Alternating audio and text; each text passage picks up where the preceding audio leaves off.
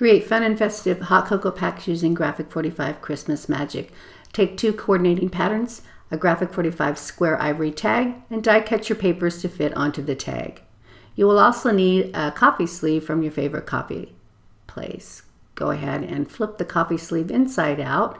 Trim the bottom corners of your tag so it will fit snugly into the coffee sleeve. Go ahead and adhere this together with some wet glue.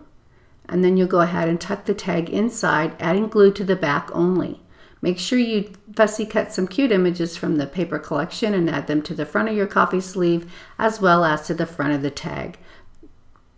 You can add some snowflakes to the front.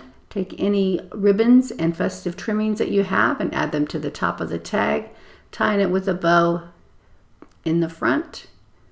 Then grab your favorite cocoa and candy canes and a piece of chocolate and put those inside your coffee sleeve and you're ready to go. There you have it.